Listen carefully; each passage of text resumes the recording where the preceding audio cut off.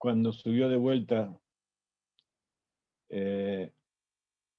Moshe Rabbeinu a recibir la Torá, a entregarle las 2 tablas, Akadosh Baruj Hu escribió y ahí le siguió explicando. Así que recibió 120 días Moshe Rabbeinu sin comer y sin tomar toda la sabiduría. ¿Y en qué día bajó con las segundas tablas? A ver quién se acuerda. En el mes de Elul. El 1 de Elul bajó por segunda vez. ¿Cuánto regresó?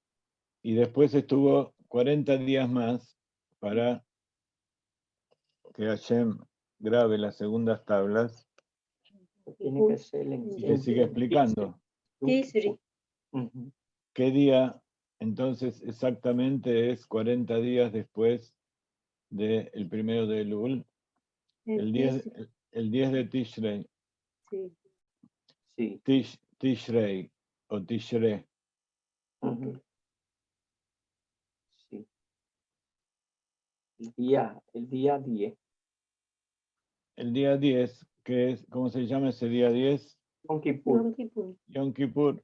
Por eso se llama Yom Kippur, que es el día de la expiación, porque es cuando Dios, Moshe Rabbeinu, bajó con las 2 tablas nuevas, que significa que Dios lo había perdonado al pueblo de Israel. Y perdonar, entonces habíamos estudiado ya que perdonar es un acto de, cuando alguien perjudica al otro, lo perdona, no significa olvidar, significa que sacó el rencor de su corazón por ese mal que le hicieron, pero todavía falta la expiación. Entonces, Dios limpió. La expiación es limpiar el pecado. Está el perdón y está limpiar el pecado. Por eso estudiamos en el Tanya que cuando uno no cumple alguno de los preceptos positivos, hace teshuvá y es perdonado. Porque en realidad no hizo algo, no trajo algo malo al mundo. Pero los pecados por los preceptos negativos no alcanza con el arrepentimiento, con la teshuvá. No alcanza con ser perdonado, sino que hay que esperar hasta Yom Kippur para ser limpiado, para expiar. ¿Ok? Expiar es como una purga, que uno se arrepiente por haber comido de más, pero además tiene que cuidarse, no volver a hacerlo de nuevo y tratar de limpiar aquello con que se intoxicó. Por supuesto que estamos hablando de asuntos espirituales, pero acá la parábola concuerda muy bien.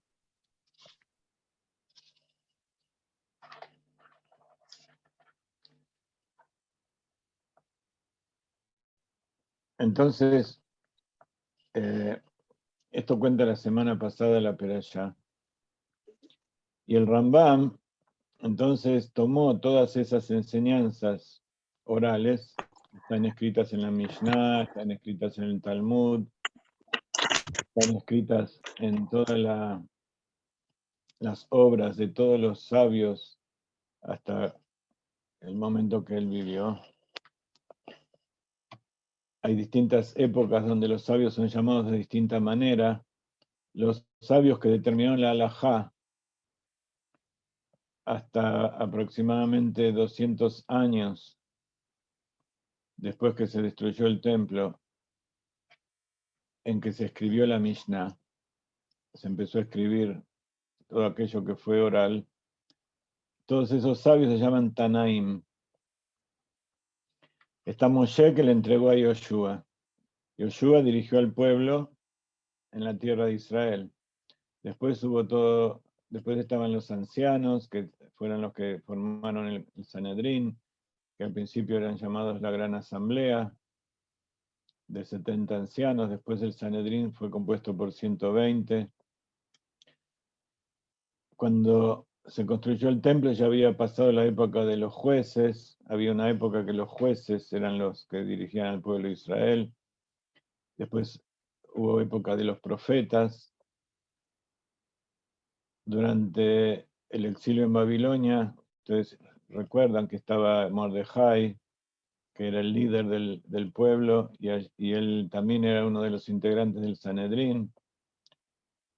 También estaba Esdra, el sacerdote, que también era el escriba.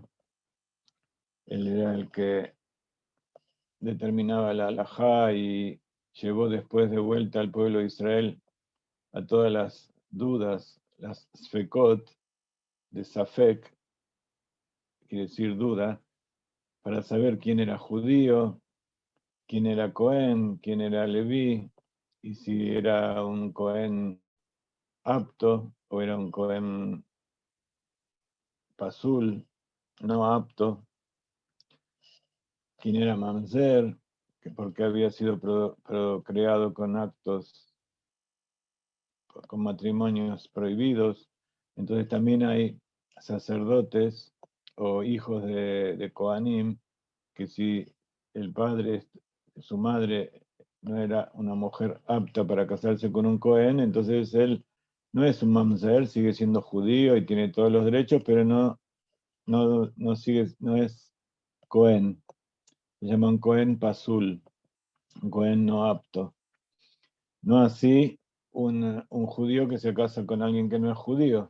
Si esa mujer no es judía, entonces el chico no es judío. Si la madre es judía, entonces el chico es judío. Pero si la madre tuvo un hijo con un hombre que no era su marido, estamos hablando de una mujer casada judía con un hombre judío y tuvo un hijo que no era con ese marido, entonces, estando todavía casada, por supuesto, entonces eso es lo que llama mamzer, un bastardo. Y el mamzer no puede casarse con un Israel hasta después de 10 generaciones.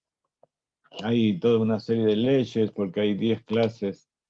Cuando Ezra llegó al pueblo de Israel, en la Mishnah está escrito que hay 10 clases de judíos, empezando por Cohen, Leví y Israel, después pasando por el sacerdote que no es apto, después los levitas que también no fueron aptos y los mamzerim,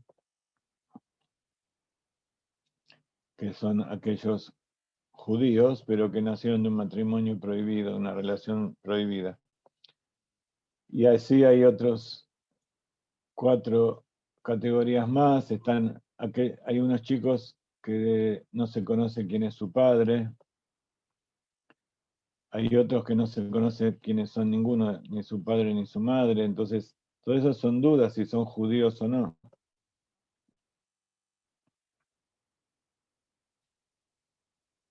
Después están los chicos que vivían en el pueblo de Israel, pero que eran hijos de gente de otros pueblos. Entonces estaban dentro del pueblo de Israel, pero pertenecían a otros pueblos. Entonces hay 10 categorías y todo eso había que resolverlo en un tribunal en Jerusalén. Entonces Ezra llevó a los sacerdotes para ver si esos sacerdotes eran judíos, si eran judíos aptos para servir en el templo, que se iba a construir nuevamente, y también llevó al resto del pueblo para ver en qué condición estaba y quién se podía casar con quién. Por eso las leyes de la herencia y del matrimonio y del divorcio son muy estrictas en el pueblo de Israel y hay que seguirlas. Incluso cuando la persona está en la comunidad y viene de generaciones ya que se sabe que son todos judíos y no hay ningún problema, Cada uno tiene que tener la ketubá de la madre y el padre tiene que demostrar y tiene que ser conocido en la comunidad, saber que es judío. Muchas veces yo pregunto a la gente si es judío, si no es judío, y algunos se ofenden. Un segundito.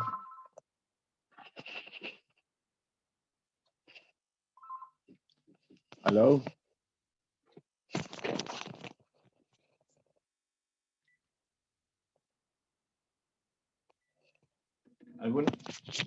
Algunos se ofenden cuando pregunto si es judío, porque incluso hay gente que tiene apellido judío, pero yo igual pregunto si es judío porque hay muchísimos que no son.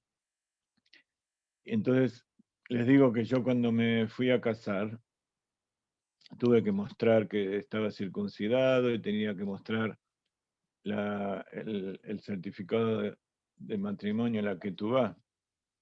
No solamente el certificado del registro civil, del juzgado, sino el certificado del rabino, del rabinato, de que yo era judío.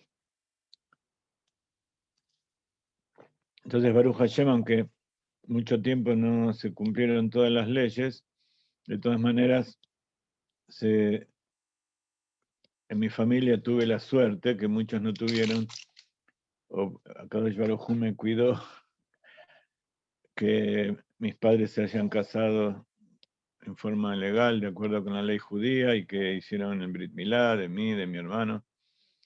Así que nuestro trámite fue relativamente sencillo. Pero, bueno, entonces, después que entraron de vuelta en el segundo templo, estaba el líder del Sanedrín y estaba el líder de la Yeshiva. O sea, había dos sabios que guiaban al pueblo de Israel en general, y así fue toda la época de las parejas. Después, cuando se recopiló toda la Mishnah, como decía antes por Rabbi Yehuda Anasi, todos esos que figuran en la Mishnah como que los que pertenecían al Sanedrín y determinaban cómo era la halajá y contaban cómo dentro de la discusión para determinarla, se llamaban Tanaim, que son los que determinan la halajá. Después, cuando se escribió la Mishnah, había otro grupo otro tipo de sabios que una vez que fue escrita la Mishnah ya eso no se tocó más, la base, pero estaban los que la interpretaban, la analizaban y veían de qué parte de la Torah escrita provenía toda esa parte oral. Las leyes, aunque sean orales de los rabinos, ellos tienen que decir de qué parte de la Torah fue obtenida. Entonces esas son las discusiones. ¿Qué significa y cómo se cumple esto y de dónde está escrito en la Torá, de qué pasuk, de qué versículo lo obtenemos? Entonces algunos decían que en el Sanedrín se determinaba quién, cómo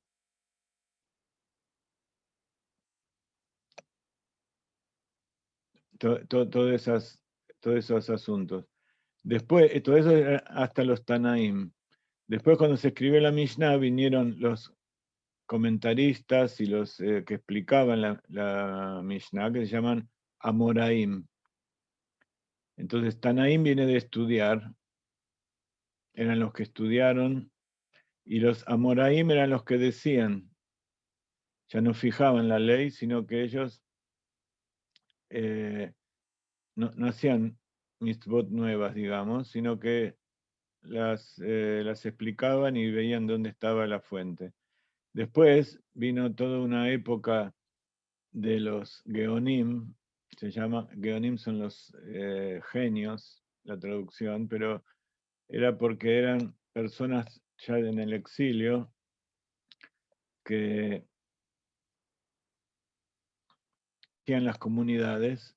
Y entonces había personalidades especiales que reconocidas por su gran sabiduría, que ellos determinaban las leyes, decían cómo se cumple la halajá. Entonces se fue recopilando toda esa información y entonces vinieron los que se llaman los Rishonim. Los Rishonim son los sabios de la Edad Media, durante unos 2 siglos, que ellos eran los que fijaban, cuando había distintas opiniones, fijaron cómo se tenía que hacer las cosas en forma concreta. Y todo lo que a partir de ahí ya no se podía, cuando venía un sabio nuevo después de los Rishonim, Rishonim quiere decir los primeros, serían los primeros de la era moderna, de este milenio. Entonces cuando venían los primeros, cuando venía una duda y venía un sabio que venía después, que no era de los Rishonim, entonces si había una diferencia entre ellos dos, siempre se tomaba como cierto lo que habían dicho antes los Rishonim. Todo lo que venía antes no se podía cambiar. Por un tema de lo que se llama Yeridat Dorot. Yeridat quiere decir descenso y Dorot las generaciones.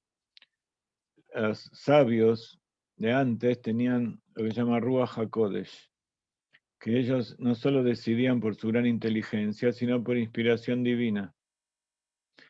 Y ese Ruach HaKodesh, esa providencia divina que les daba sabiduría para entender y para conocer cosas que las personas normales no sabían, con el tiempo se fue yendo. Entonces, por eso, si había algo nuevo que no estaba legislado antes, entonces los nuevos rabinos lo podían determinar, pero si alguno de ellos estaba en discrepancia con los anteriores, la halajá quedaba como los anteriores. Y eso es hasta hoy en día. Por eso todo el tiempo hay cosas nuevas, porque van apareciendo por la ciencia, los descubrimientos, la medicina, la biología, toda la ciencia va haciendo descubrimientos, y entonces hay que tomar en cuenta la tecnología, hay que tomar en cuenta cosas que antes no existían y que no estaban legisladas. Entonces, cuando hay algo nuevo, entonces sí, los sabios, hasta nuestra generación, pueden determinar cómo se cumple determinada cosa. De ahí surge el tema de que los Ashkenazim no comemos arroz en Pesaj. No es porque inventaron algo nuevo, sino porque había una condición en Europa que el arroz venía en bolsas que se usaban para el trigo. Y entonces se podía mezclar el trigo y se hacía hametz, y entonces había hametz en Pesaj. Pero no es que están inventando una halajá nueva, sino que, o que están determinando, legislando, sino que están viendo, de acuerdo a las condiciones del lugar donde vivían, cómo había que cumplir. También había que determinar, por ejemplo, cuando viene Pesaj y cuando viene Sukkot, en Simchat Torah y Shmini Atzeret, ahí cambia la bendición que nosotros decimos. Cuando viene el verano acá en Israel, pedimos brajá, pedimos bendición que venga del cielo. Pero cuando viene la época de Tishrei, ahí empieza la época de las lluvias aquí. Tiene que caer agua para que toda la naturaleza vuelva a crecer. Tenemos 8 meses o 9 meses de sequía. Entonces, durante todo el crecimiento de la cosecha, si llueve, puede arruinar la cosecha de todo el trigo y todo el crecimiento. Pero cuando viene la época de las lluvias, tiene que venir lluvia. Entonces, eso pasa en Israel. Pedimos Mashiva Ruach Umorida Geshem, que trae el viento y cae la lluvia. Y también decimos Talu Matar Libraja. Decimos que haya rocío y lluvias especiales para bendición. En cambio, cuando termina la época de las lluvias, se tiene que terminar, tiene que haber sequía para que crezcan las plantas de acuerdo con el ciclo que tenemos aquí. Entonces, en Pesaj, que ya se hizo la cosecha, tenemos que decir que venga bendición, no rocío y lluvia para bendición. Entonces eso es en la tierra de Israel. En Sudamérica la cosa es al revés. En el sur de África, en Australia, el clima las estaciones están al revés. Entonces, ¿qué es lo que tiene que decir? ¿Cuándo se cambia todo eso? Entonces hay dos costumbres. En el Sidur Sefaradí está de una manera, en el Sidur Ashkenazí está de otro. Nosotros, incluso si estamos fuera de la tierra de Israel, decimos tal como se dice en Israel. En Pesaj pedimos Brajá y en Sukkot pedimos que caiga la lluvia. No importa si estamos en un país donde llueve todo el año o donde el clima es al revés. En Argentina, por ejemplo, llueve mucho en invierno y también en verano. En cambio, aquí en verano no llueve nada. En Argentina hay veces que hay que pedir que deje de caer lluvia. También en otros lados. Pero de todas maneras, nosotros, como siempre, rezamos mirando a Jerusalén, entonces pedimos para que haya bendición en la tierra de Israel. Y si hay bendición en la tierra de Israel, entonces esa bendición también va para el resto del mundo. La bendición más importante es justamente que haya lluvias, para que haya cosechas y entonces hay alegría y hay comida, todo revive. Ese es otro ejemplo de la diferencia. Los sefaradim, de acuerdo con el Rabbi Ovadia Yosef, todo el año piden lluvia. No cambian. Hay algunos sidurim sefaradim que no son de acuerdo con esta costumbre, por eso hay distintas costumbres. Pero no es que cambió la halajá, sino que depende de dónde se encuentra la persona. Acá en Israel todo el mundo dice la bendición igual, pero fuera de Israel cambian.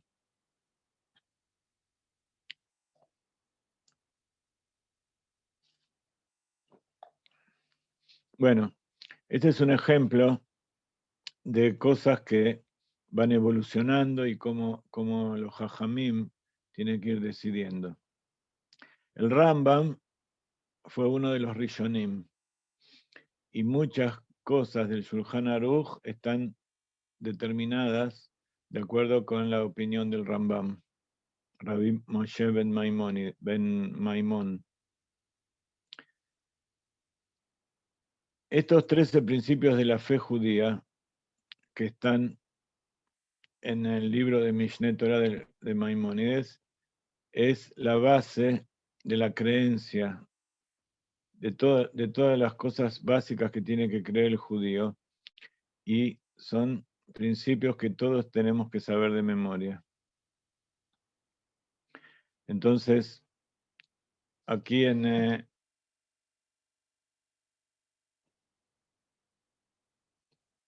yo siempre lo leo para dárselo a ustedes, del sitio de Chabad. Si ustedes ponen los 13 principios de la fe judía en el sitio de Chabad, es.chabad.com o .org, van a encontrar la lista de los preceptos y también muchas explicaciones. Entonces se los leo para que entren así en forma literal y vamos a ir estudiando estos principios. Que el Creador, alabado su nombre, creó y dirige el mundo, y Él únicamente hizo, hace y hará todos los hechos. Esto es algo básico que concuerdan todos, porque incluso los científicos cuando dicen que todo salió del Big Bang, están hablando de un principio de donde él sale, de donde salió todo. Pero ¿cuál es la diferencia? De acuerdo con el Big Bang, todo sucedió en un momento determinado que no se sabe de dónde salió ni de dónde en qué momento fue. Pero se refiere a algo que es parte de las leyes de la naturaleza y que no se sabe si las leyes de la naturaleza fueron creadas después de esa explosión o fueron creadas antes o en el momento. Pero la creencia del pueblo de Israel, y así Moshe nos enseñó en la Torá, y así es como Dios se nos reveló en el monte Sinaí, es que Dios es igual, sin ningún cambio, antes, durante y después de la creación de este mundo. El segundo principio dice que el Creador, alabado sea su nombre, no es corporal y no lo alcanzan las influencias corporales y nada puede compararse a él. Entonces, a pesar de que nosotros hablamos y le decimos vos y decimos tu mano y tu ojo y tu mano fuerte que nos sacó de Egipto y tu ojo que está sobre la tierra de Israel todo el año y tu oído que nos escucha con benevolencia y tu misericordia que es un sentimiento y tu amor y tus actos.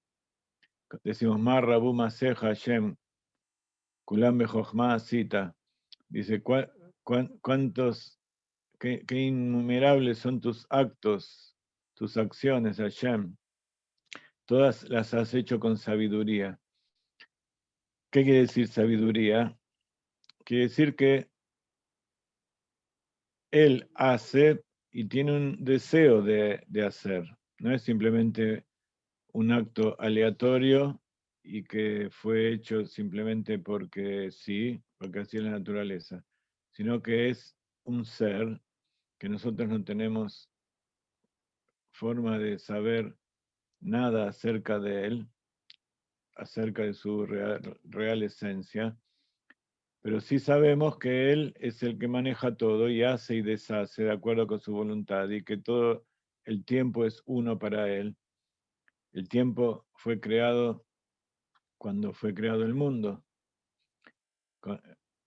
El tiempo es el transcurso de los acontecimientos, tiene que haber materialidad, algo físico que cambie para que nosotros podamos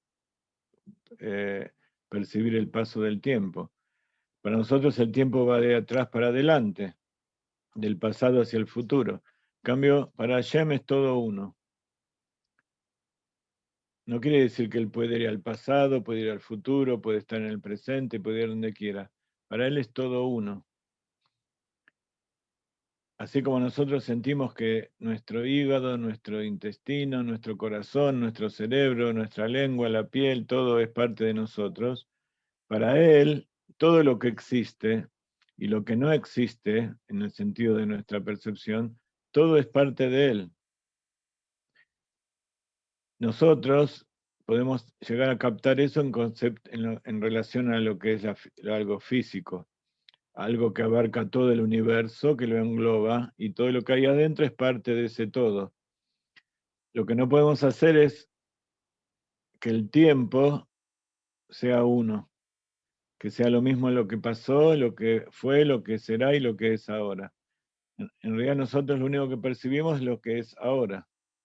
Y ese es ahora, es tan rápido. En hebreo los sabios lo llaman Ke'eref Aim, como un pestañear, como un abrir y cerrar de ojos. El presente en el que nosotros vivimos es tan volátil y tan rápido que en realidad nosotros vivimos del recuerdo de lo que está pasando. Pero la realidad nuestra es ese instante que no existe, así como el tiempo pasa, también lo físico. Es algo que Hashem está constantemente con su palabra a cada instante diciendo que sea.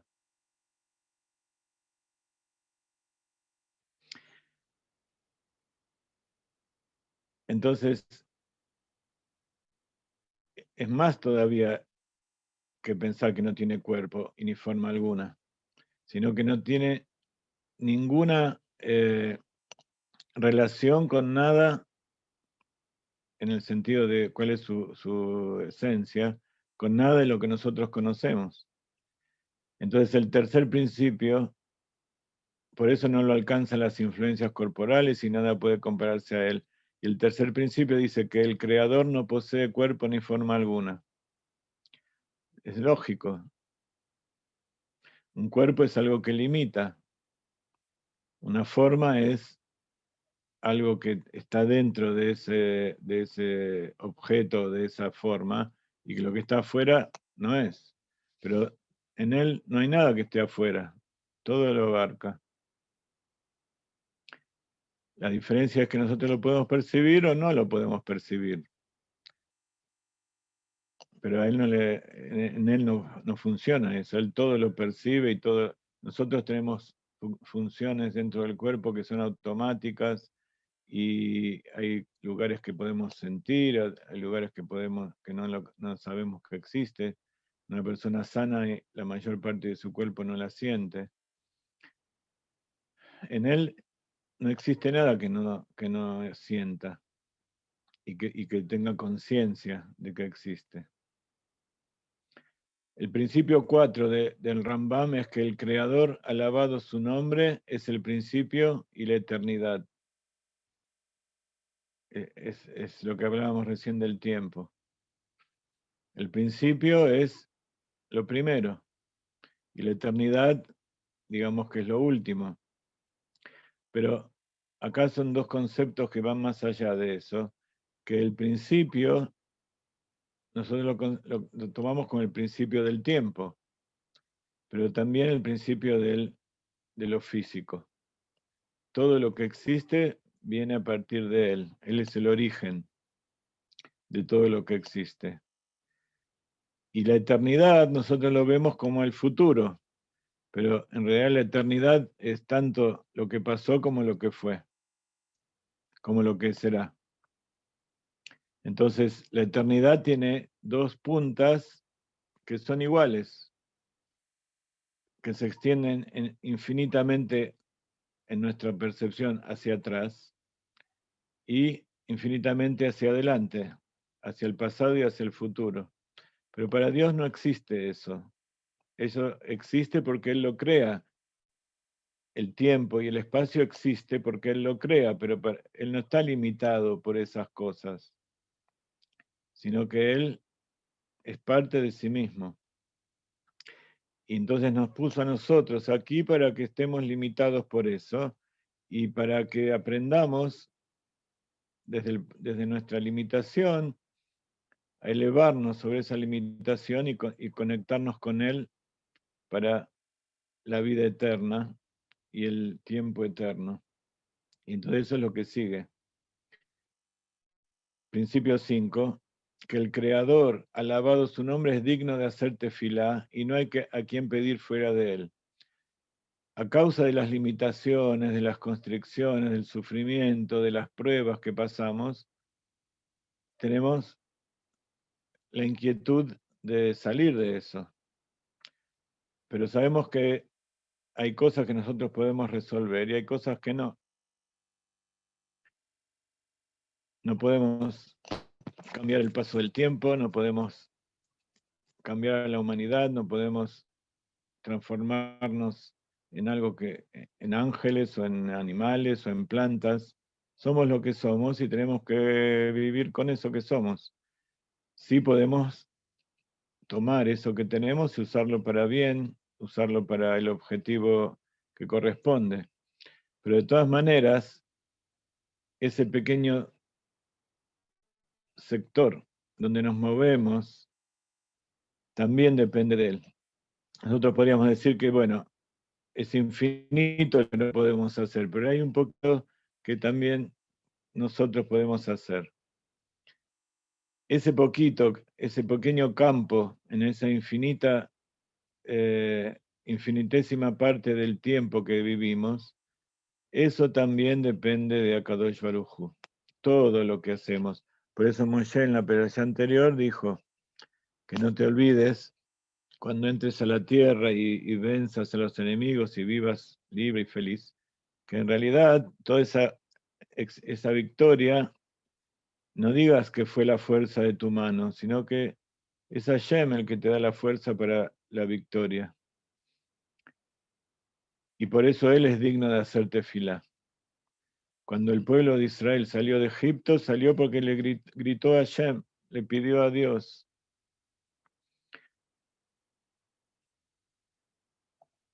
Entonces, como Él es todo, y todo lo que existe lo crea Él, entonces cuando uno le dice al Padre, le pide algo al Padre, a la Madre, no le está hablando a las manos o a los pies. Le dice al Padre, por favor, necesito esto. No le decimos a los pies, le decimos a todo. Le hablamos al Padre. Lo miramos a los ojos, lo miramos a la cara, o le hablamos al oído, porque son los canales por los cuales nuestro Padre nos percibe. Pero en realidad le estamos hablando al ser en general.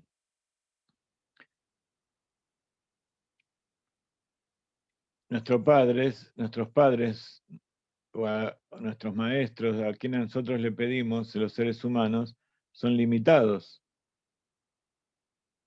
Entonces hay cosas que tenemos que pedirle a otros. Pero Dios es ilimitado y no existe nada fuera de Él. Entonces, cualquier plegaria que nosotros hacemos, se la tenemos que hacer a Él. Y si nosotros le pedimos a alguien, le pedimos porque lo consideramos que Dios lo puso a Él en ese lugar para que nos dé eso. Pero no porque ese tiene el poder para crear algo que nosotros necesitamos. Entonces, con un ser humano nosotros le podemos decir, mira, necesito que hagas esto, vamos a coordinar, a trabajar en equipo. Pero cuando nos referimos a Dios, nosotros tenemos que decir qué es lo que querés.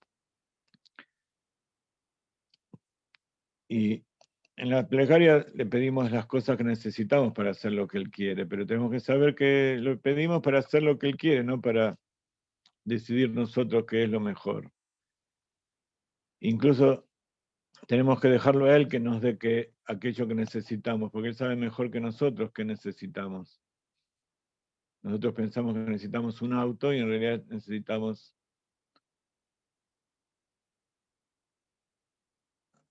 estar ocupándonos de otro asunto, ¿no? De manejar o de ir a comprar un auto. Entonces, tefilá quiere decir anular nuestra voluntad para conectarnos con la voluntad de Dios. Y anularnos para decirle, mira, yo soy limitado, necesito esto. Vos sos ilimitado, sabes lo que yo necesito, quiero cumplir tu voluntad. Pero si le pedimos a un árbol, a una piedra, a un hombre, esa persona, o eso que le pedimos, es nada más que, como dice la Torá, es como el hacha en manos del leñador.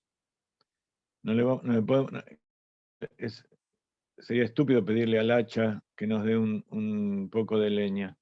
Le pedimos al leñador. Esa es la creencia del pueblo de Israel. Por eso solo a él hay que hacerle tefilá y no hay que pedirle a nadie más. El sexto principio dice que todas las palabras de nuestros profetas son verdades. Estamos hablando de seres humanos, pero son aquellos seres humanos que Dios los designa para ser la voz que nuestros oídos pueden escuchar. Hay mucha gente que dice, Dios me habla. Entonces le digo, ¿cómo te habla? En sueños. ¿Y cómo sabes que era Dios? ¿Cómo sabes que lo que te dice era lo que Dios dice o lo que vos te imaginaste o lo que tu inconsciente te dijo? Entonces, en el pueblo de Israel hay escuela de profetas que son nuevamente gente que estudió, que es reconocida, judíos, que cumplían la Torá, cumplían los preceptos, y entonces Dios puso en ellos su palabra para que nos transmita. Pero de todas maneras, en la Torá también está escrito cómo saber si alguien es un profeta. Entonces dice, si hay alguien que hace maravillas y que dice todas las cosas que dice, que Dios le dice que diga, y que hace milagros y que sabe lo que va a pasar en el futuro y lo que te dijo que va a pasar se cumplió, pero te dice que una sola ley de la Torá que no lo hagas o que cambió es un profeta falso. Entonces nosotros cuando queremos saber si alguien nos está diciendo la verdad no nos fijamos con respecto a Dios y a la verdad universal. Cuando es una cuestión de ciencia, ya sabemos que la ciencia es temporal y que se habla de acuerdo al conocimiento del momento, que va cambiando. Pero cuando se habla de Torah, estamos hablando de algo eterno y universal, entonces tenemos que saber.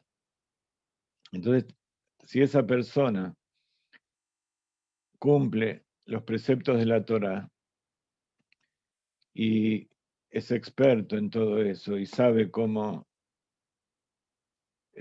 guiarnos por el buen camino y nos dice que cumplamos todo lo que dice la Torá, entonces podemos confiar en él.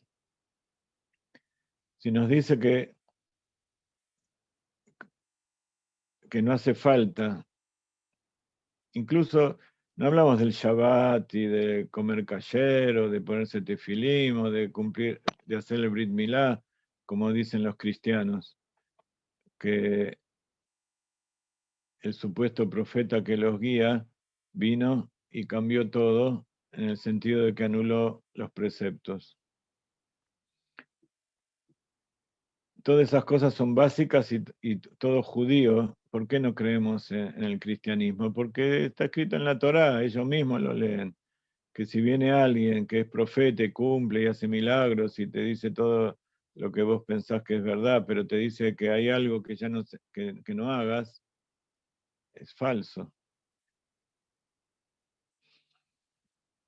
Incluso si es la cosa más sencilla, la más de los preceptos, hay preceptos que aparentemente son más importantes, otros menos importantes, pero si es el precepto más sencillo y menos aparentemente importante y te dice que eso no hay que hacer, entonces es falso. Ya no solamente profeta, sino como transmisor de la Torá y como guía, como rabino, como simple asesor de alguien que uno se puede aconsejar. ¿Por qué? Porque ahí viene el principio número 7, que la profecía de Moshe es verídica y él fue el padre de los profetas de todos los tiempos. Moshe Rabbeinu fue el que Dios lo llevó a sacarnos de Egipto y le mostró a él su rostro y también nos llevó a conocer a Dios, nos llevó al monte Sinaí para que nosotros mismos lo veamos, no como los demás profetas de los demás pueblos que son una persona que recibió supuestamente una iluminación en un lugar lejano y vino y dijo, Dios se me reveló. Eso no existe para nosotros. Por eso al principio tantos judíos dudaron de Moshe Rabbeinu cuando vino y dijo, Dios me manda. Entonces tuvo que traer las 10 plagas. Las 10 plagas no fue tanto para los egipcios, porque los egipcios esclavizaron al pueblo de Israel porque Dios los mandó. ¿Por qué había que castigarlos? Las plagas fueron para el pueblo de Israel, para que vean los milagros de la mano misma de Dios, porque incluso muchos milagros fueron hechos frente a los brujos de Egipto, y era muy parecido a lo que hacían ellos. Pero después vinieron cosas que dijeron, no, esto no es, ellos mismos dijeron, no, esto no es la mano del hombre, ni siquiera es la mano de Moshe, sino que hay una fuerza superior que está manejando las cosas. Entonces, ¿por qué Moshe es el padre de todos los profetas?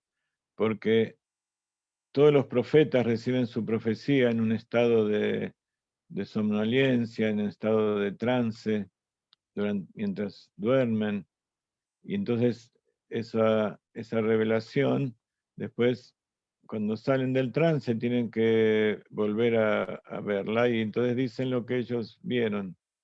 En cambio, Moshe Rabbeinu no es así. Él todo lo que dijo, lo dijo en forma directa, y Dios hablaba a través de la boca de Moshe.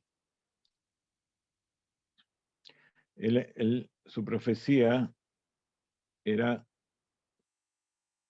algo que tiene que ver con la vista. En cambio, la profecía de los demás profetas tiene que ver con la audición, que cuando uno ve, no hace falta que lo entienda. Dice eso, ahí está, este es.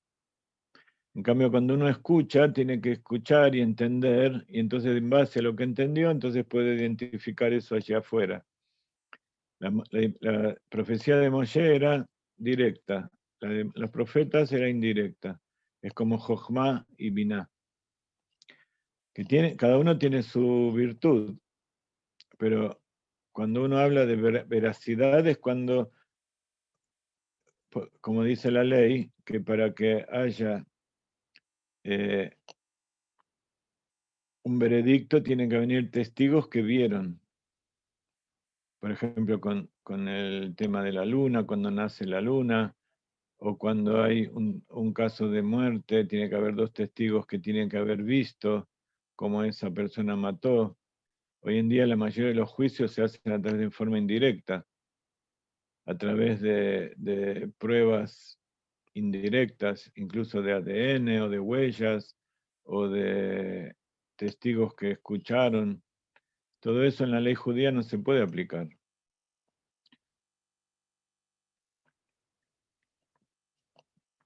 Hay que, cuando se trata de veredictos de la pena capital y de cosas que determinan el comportamiento de todo el pueblo o de un grupo grande, tiene que haber testigos que vieron. Por ejemplo, el hachador que salió en Shabbat a echar leña fue visto por todos. Por eso él no es que uno dijo, escuché que él hizo leña, o que encontraron leña en Shabbat que antes de Shabbat no tenía, sino que él salió afuera y taló los árboles a la vista de todo el mundo, y por eso fue castigado con la pena de muerte. Lo mismo pasa con la mujer que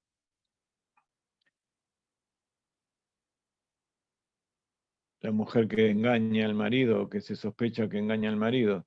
Si fue vista y lo hizo bajo advertencia y sabiendo lo que hacía y todo eso, entonces es castigada. Pero si no, ustedes conocen las aguas amargas que se le hace tomar a la mujer que el marido sospecha de ella. Entonces, esas aguas las toma y es de arriba, es como se determina el veredicto, no es de un ser humano. Entonces, la profecía de Moshe tiene que ver con eso, que es con la vista. El principio 8 es que la Torá que tenemos es la misma que fue entregada a Moshe Rabbeinu. Y esa es una cosa tan importante porque todo lo que se transmitió desde ese momento hasta ahora se transmitió de padre a hijo desde aquella generación que recibió la Torá y que salió de Egipto y estuvo en el desierto. Después se transmitió en forma oral, salvo Serach, que ella vivió 1000 años y entonces pudo atestiguar. Es muy interesante la historia de esta mujer, la hija de Asher, Bat Asher, Serach Bat Asher, que vivió 1000 años por la bendición que le dio Jacob Avinu cuando le vino a cantar Oh Yosef Jai, cuando se enteraron que Yosef todavía vivía y ella le cantó y le dijo, entonces le dio una bendición y ella vivió 1000 años. Entonces después pasaron algunas cosas que necesitaban un testigo presencial de lo que sucedió allí en Egipto y durante los 40 años y la entrada de la tierra de Israel. Y ella fue un testigo ocular.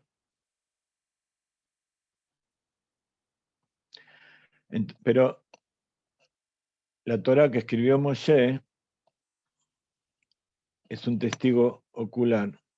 ¿Y cómo se transmitió ese testimonio? Que cada generación toma la Torá anterior, desde la Torá que escribió Moshe, y la copia en forma textual sin cambiar ni una letra. Esa es parte de nuestra fe.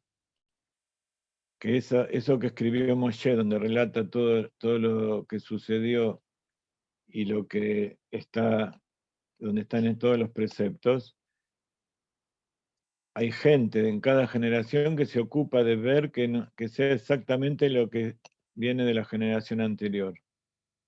Entonces, por eso nosotros sabemos, no es una cuestión de fe solamente, sino que sabemos que esa Torá que nosotros leemos hoy en día en el Bet Knesset, la que nosotros leemos en el libro, puede ser que haya algún error de imprenta, pero la que se lee en el Bet Knesset es escrita por un escriba y después revisada. Cada una es revisada por otras personas para ver que sea exactamente igual. Esa también fue parte de la tarea de Ezra Asofer. Ezra, como le dije, era el líder del pueblo de Israel, era un sacerdote, determinaba quién era judío y quién no, cuando lo llevó a Jerusalén, pero también fue él que escribía. Y por eso sabemos que la mezuzá que nosotros usamos hoy es la misma que se usó en ese momento, cuando Dios dijo que pongamos una mezuzá, como también leímos en la perashá anterior. Cuando leímos que Dios dijo que pongan una mezuzá en las jambas de las puertas de cada casa, y también dijo que se pongan tefilim, sheyet totafot benaineja, qué es lo que hay en el tefilim adentro y cómo tiene que ser hecho. Sabemos que es igual que como era en aquella época.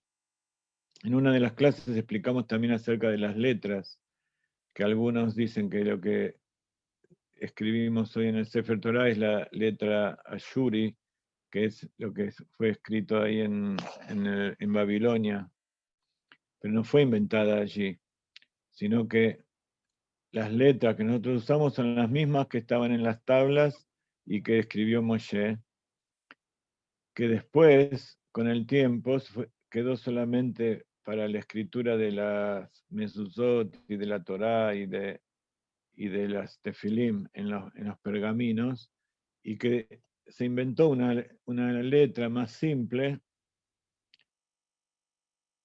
que la llaman proto-cananeo, no sé cómo, pero en realidad esa fue inventada después para usar en forma cotidiana las personas en Israel para hacer sus cuestiones diarias, para escribir las cosas cotidianas que no tenían que ver con la Torá.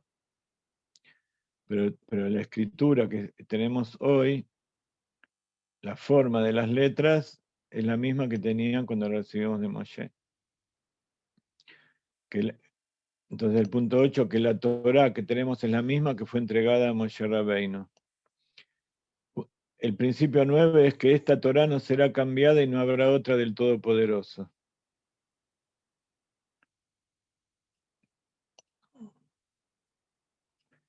La Torá, lo que hay en la Torá, es tanto lo que está escrito como lo que está en forma oral, lo que está oculto, lo que está revelado, y todo eso es la voluntad de Dios.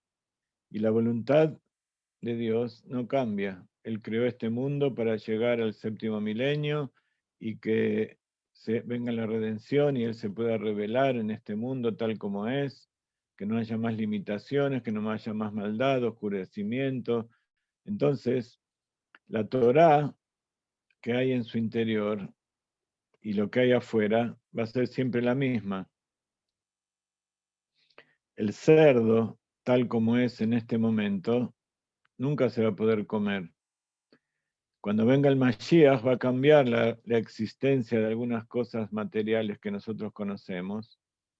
Entonces, esas cosas nuevas que va a haber, por ejemplo, que el león va a vivir con el cabrito y el lobo con el cordero y todas esas cosas, va a ser una transformación de la naturaleza. Pero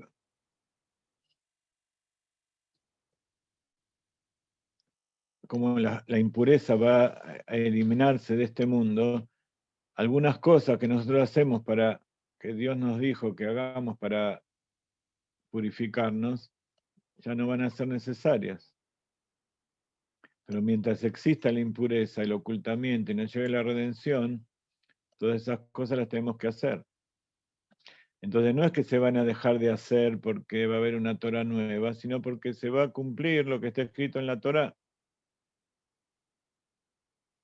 Que la Torah va a ser exactamente la misma de siempre. Y después, durante este séptimo milenio, el mundo va a ir cambiando, cada vez se va a hacer más sutil, los cuerpos se van a hacer más sutiles y espirituales. Entonces muchas cosas materiales que existen, que nosotros hacemos ahora, por ejemplo, comer, el cuerpo en un momento determinado va a ser como el cuerpo de Moshe, que estuvo 120 días arriba sin comer y sin tomar, y posiblemente sin respirar, porque ahí en el mundo espiritual no hay el oxígeno que nosotros tenemos ahora, y no está escrito que estaba viviendo dentro de un traje de astronauta y que comía sachet con comida sintética, sino que no necesitaba las cosas físicas que necesitó cuando bajó de ese lugar. ¿Por qué? Porque, como está escrito, no solo del pan vive el hombre, sino de todo lo que sale de la boca de Dios vive el hombre. Entonces, como estudiamos en la clase pasada, el pan que nosotros bendecimos a Dios, en realidad es una cáscara, es una cubierta, como nosotros recibimos una fruta y la pelamos para sacar el alimento verdadero. Así es este mundo. Este mundo es toda una cáscara que cuando viene el Mashiach y veamos la revelación de Dios, también vamos a ver que todas las cáscaras de este mundo que nosotros amamos tanto y apreciamos y tenemos tanta ansiedad por disfrutar de ellas, ya no las vamos a necesitar. Todo lo que uno desea y disfruta es porque Dios puso dentro nuestro esa necesidad y ese placer. Pero cuando dejemos de disfrutar de las cosas físicas y nos dediquemos a disfrutar del verdadero placer en el séptimo milenio, el Shabbat, por eso entonces ya muchas de las cosas no las vamos a necesitar. Por eso el Shabbat es como un disfrute del mundo por venir, porque por un motivo u otro uno deja, no sé, yo no sé bien todavía por qué cuando dice Teshuvá y yo fumaba, y muchos años después que hice Teshuvah yo fumaba, en Shabbat no tenía necesidad de fumar. Después dejé el cigarrillo, Baruch Hashem, y no tuve necesidad de fumar más. Al contrario, cuando siento eso me molesta. Pero ¿por qué en Shabbat sí y en el resto de la semana no? Cuando uno estudia Torah y empieza a conectarse, empieza también a percibir el placer verdadero. Y por eso cuando el Yetzer Hara me deja y estudio Torah, no necesito otras cosas. Pero después cuando cierro el libro, de repente, o el Yetzer Hara mientras estoy estudiando, también me dice, no, ¿por qué no vas y te traes algo y comes y mira esto? Hoy el día es el celular, por ejemplo. En Shabbat no necesitamos el celular. En cambio, termina el Shabbat y enseguida prendemos el celular y vemos a ver quién escribió y qué podemos hacer. En el mejor de los casos lo usamos para difundir Torah, para ver a quién podemos ayudar. Pero en Shabbat no existe, lo apagamos, lo dejamos ahí que se cargue y lo mismo pasa con el auto, con el televisor, con la computadora, con tantas cosas. Entonces, en el futuro no va a ser un instante o un día o un momento de buena voluntad, sino que va a ser constantemente eso, porque lo que hay es tan poderoso que nos va a traer y lo demás no va a existir. Y con el tiempo va a dejar de existir Mamash, que esta Torah no será cambiada y no habrá otra del Todopoderoso. Entonces, por ahora tenemos que cumplir lo que está escrito, porque el mundo, estamos viviendo sobre el piso, estamos necesitando comer. Aquellos que dicen que viven del aire es todo mentira, nadie vive del aire. El ser humano necesita comer. Entonces viene el punto 10 y dice que el Creador, alabado su nombre, sabe todo lo que la persona hace y conoce todos sus pensamientos. Y claro, si somos parte de él, nosotros no somos, el dedo no es consciente de lo que pasa dentro del cerebro o lo que pasa dentro del estómago, del hígado. En cambio, el cerebro es consciente de todo lo que pasa en todo el cuerpo. El cerebro es consciente del dedo. También es una parábola limitada porque el cerebro tiene muchos sistemas automáticos que no tienen conciencia. Pero digamos que dentro del cerebro están las neuronas que se conectan con todo el cuerpo y está consciente de todo y está en contacto con todo el cuerpo. En cambio, el dedo no está en contacto con todo el cuerpo, solamente con el cerebro y con los sistemas que necesita para él mismo. Y así también nosotros. Dios abarca todo, entonces es consciente de todo, en una conciencia que nosotros no conocemos. No hay nada fuera de él, no hay sistemas automáticos. Y nosotros, al conectarnos con él, entonces somos parte de ese todo.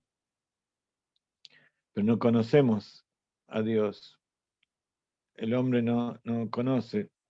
Como él dice, tus pensamientos no son mis pensamientos y tus acciones no son mis acciones. Y entonces el principio 11 dice que el Creador, alabado su nombre, recompensa bien a los que cumplen sus mitzvot y castiga a los que transgreden sus preceptos. Cuando el dedo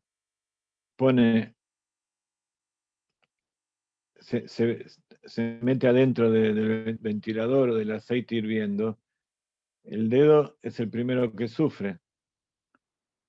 El resto del cuerpo no le pasa nada, pero ¿quién es el que sufre? Es el cerebro. El cerebro es el único que sabe lo que le pasó al dedo. A la otra parte, a los otros dedos, a la otra mano no se enteran.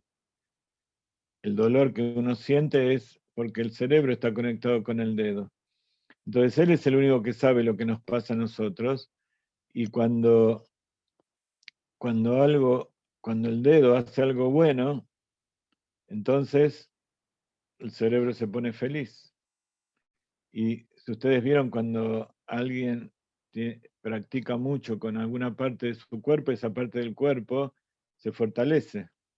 Es como que el sistema nervioso se ramifica más, se producen más interconexiones neuronales con el cerebro, también va más sangre, aumentan los músculos, etcétera, etcétera. Depende cuál es la parte del cuerpo. Entonces también en el ser humano hay un sistema de castigo y recompensa dentro de sus sistemas. Y todo depende de la interconexión que tenga con el sistema central. Pero la recompensa, por ejemplo, cuando yo me quemo el dedo, con la otra mano me toco y me pongo crema. Pero en realidad no es la mano, la otra mano la que lo está cuidando, sino que es el cerebro que le ordena a la mano hacer algo para curar la herida de la otra mano. Y así pasa también con nosotros. Cuando nosotros hacemos algo bueno, viene alguien y nos da un premio, nosotros le agradecemos a esa persona. También hay que agradecerle, porque esa persona fue socio en la recompensa con lo que hizo Dios. Pero siempre hay que saber que eso vino porque Dios lo decidió. Muchas de las frustraciones que hay en este mundo es porque nosotros pensamos que hicimos algo bueno y nos merecemos recompensa, y esa recompensa no viene. Entonces, ¿a quién culpamos? El bebé culpa a la madre o al padre, realmente los hijos culpan a los padres o a los maestros, los empleados culpan al jefe, los ciudadanos culpan al presidente, a los ministros, a los diputados, etcétera, etcétera. Cada uno busca dentro de su ámbito quién es el culpable de la carencia o si es agradecido, busca a quién agradecerle. Pero hay que saber que todo viene de Dios. El Creador, alabado su nombre, recompensa bien a los que cumplen sus mitzvot y castiga a los que transgreden sus preceptos. Entonces, por supuesto, no hay que dejar que alguien sufra, pero primero hay que pedir que esa persona no sufra o ese animalito es a Dios. Y después hacer lo que nosotros nos toque.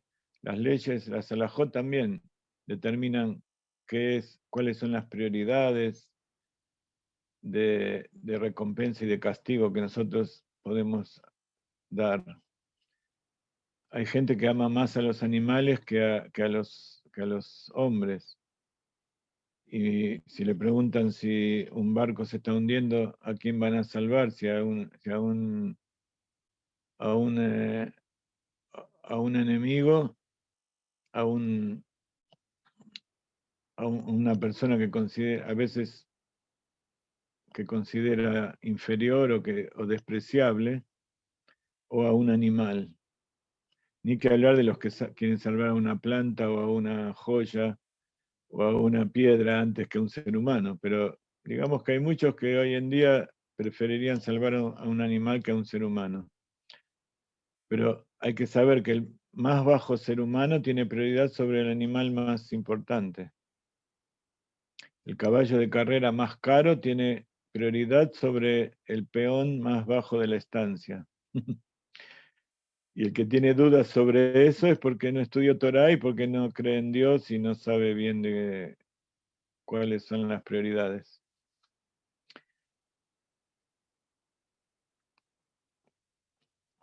Y entonces ahora viene el producto y el objetivo de todo esto, que es el 12, que es que el Mashiach vendrá, y aunque se demore, esperamos cada día su llegada. De eso hablamos todo el tiempo. Que todos los 11 principios anteriores y todo el objetivo de la creación es para que venga el Mashiach. Y el Mashiach no es alguien que viene a salvarnos a nosotros, sino que viene a hacer que el mundo se comporte tal como quiere Dios. Por eso el Moshe, que es el primer redentor, el primer Mashiach, el primer salvador, vino para sacarnos, como dice la Torá, el primer mandamiento: yo soy Dios, tu Dios, que te saqué de la tierra de Egipto, de la casa de esclavitud, para ser tu Señor, para que dejes de hacer lo que hacías allá para un ser humano y que vengas a servirme a mí.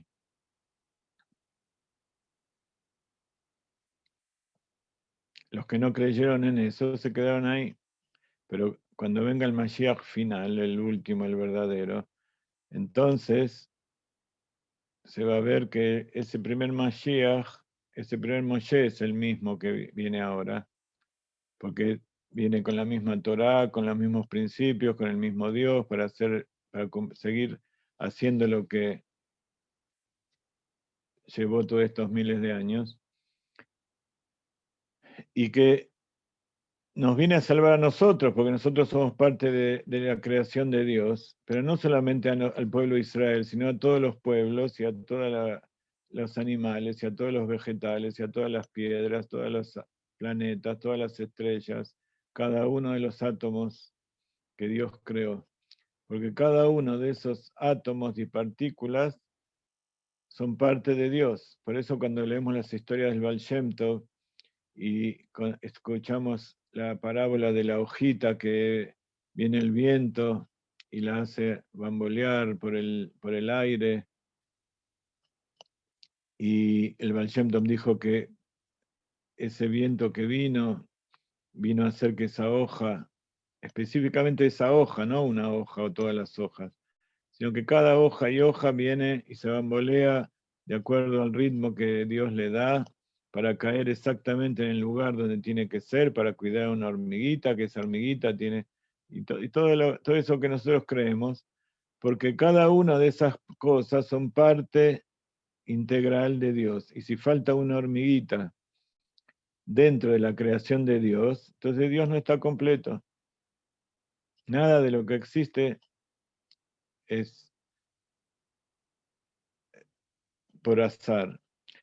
Y no todo lo que existe, de acuerdo a nuestros ojos, en realidad tiene existencia. Ayer mandamos una historia sobre un brujo, un cura que hacía brujerías.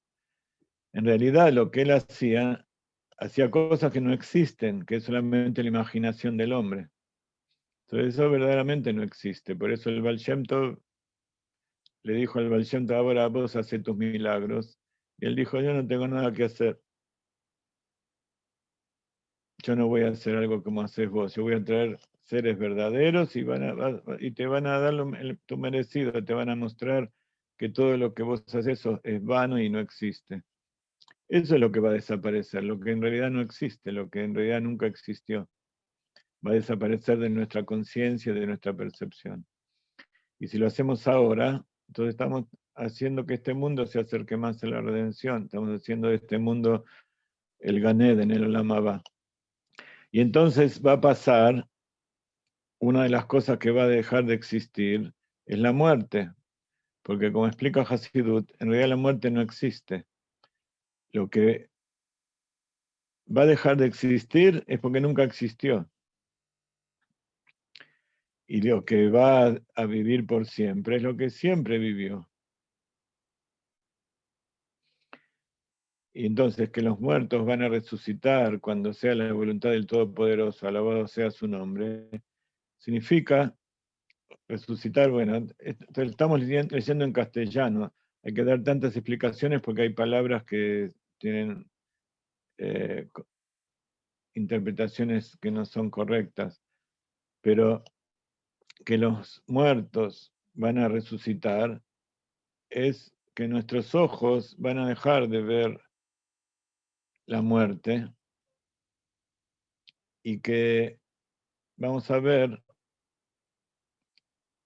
nos vamos a ver a nosotros mismos y a aquellos que dejamos de ver, porque van a volver porque el mundo va a estar más refinado y todo y se va a ver lo que nosotros no podemos ver en este momento, porque Dios nos pone un vilón, un telón adelante de los ojos. Entonces van a venir en cuerpos y almas, porque esos cuerpos van a ser puros, van a ser cuerpos que nunca desaparecieron. Y va a haber un alma que es el alma que le correspondía ya desde antes, un alma que está viviendo en este momento. Entonces el verdadero ser es el alma, y ese cuerpo que se va a reconstruir, como está dicho, desde el huesito luz, que algunos dicen que está aquí arriba y otros que está al final de la columna. En realidad, ese cuerpo se va a volver a reconstruir de acuerdo al alma, que es lo que sucede en realidad. Cuando nosotros nacemos, hay tres socios, que es Dios y los dos padres, que actúan en conjunto, pero ¿quién hace el cuerpo? También lo hace Dios. Entonces, cada cuerpo está de acuerdo al alma que necesita, que lo necesita. Entonces también la resurrección de los muertos va a ser simple. Van a venir las almas que trabajaron todos estos miles de años para hacer la voluntad de Dios. Y todas las almas hicieron la voluntad de Dios, por más que aparentemente por afuera se hacían al contrario. Y esas almas van a revestirse de vuelta de esa tierra, de esos elementos, tierra, agua, fuego y aire y fuego, que van a ser sutiles y que no van a ser un ocultamiento del alma, sino que ahora van a ser un instrumento para revelar el alma. Y como decía, con el tiempo vamos a ver, como descubrió la ciencia, que en realidad lo que nosotros vemos, los átomos, en realidad es toda energía que está más condensada, menos condensada, o sea, está más burda y menos burda, y por eso nosotros vemos colores y vemos formas, pero en realidad todo lo que tocamos no existe, es un campo de energía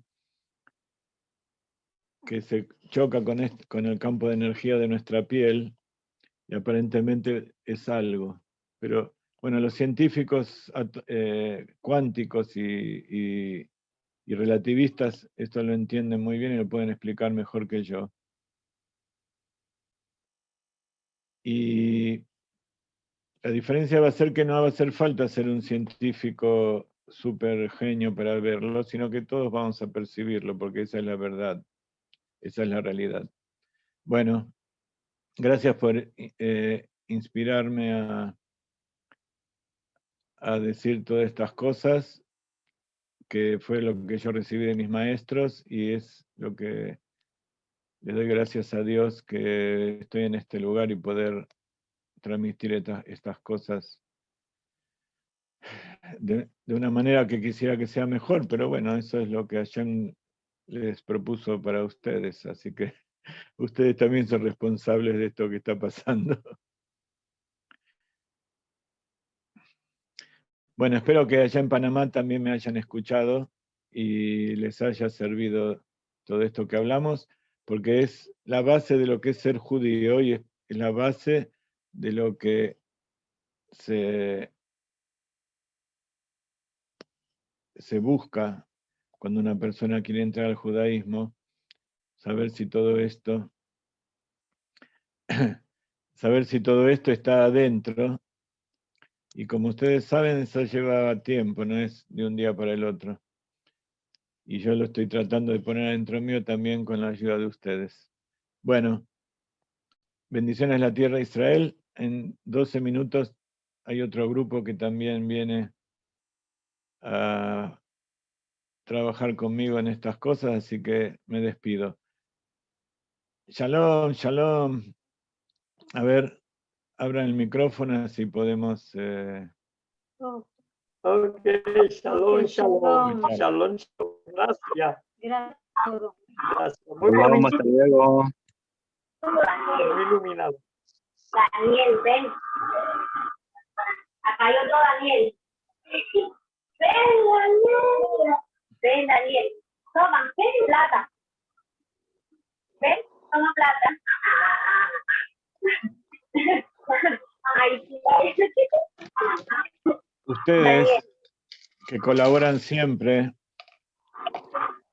con Israel, parte de lo que colaboran está acá. Entonces, ahora yo voy a hacer como, esta es la mano de ustedes. Esto es parte del esfuerzo que ustedes hacen para ganar el sustento. Y lo vamos a poner acá en Israel, en una tzedaká, y esto va a hacer que se cumpla, que la tzedaká salva de la muerte. Grande es la tzedaká que trae la redención. Y esto va a ser utilizado aquí en Israel para Gaby, no espera un momento. ayudar a gente. Sí. No, vamos a hacer. Sí, no. Este es Déjame también mano, simbólico, porque nosotros la plata la damos a través de instrucciones fijas que cada mes las instituciones a las que aportamos, las instituciones a las que aportamos, ellos retiran bastante cantidad de dinero y por eso lo que ustedes ponen también es, lo que ponen todos los que ponen. Entonces por eso queremos que aumente mucho, para que podamos dar más, para que ustedes sean beneficiados más todavía y que mucha gente afuera de Israel y aquí en Israel también sea beneficiada con eso que ustedes ponen. ¿Qué me querían decir ahí en Panamá? Amén. Tenemos una acá como las de usted latino, pero la de nosotros era amarillo. No entendí bien, hay mucho retorno. Así que es rabino. Ah, mirá, tenés una parecida a la mía. Tiene amarillo. Ya. Ahí. Vamos a esperar. Muy bien. Y hay que decirle a tu mamá y a tu papá que te enseñen los... No saques el dinero de la ciudad. Muy bien. Decirle a tu mamá y a tu papá que te enseñen los 12 psukim, los 12 versos que el Rebbe nos dijo que hay que enseñarle a todos los chicos para que repitan todo el tiempo. Bye. Shalom, saludos a los dos. Más alto, más alto.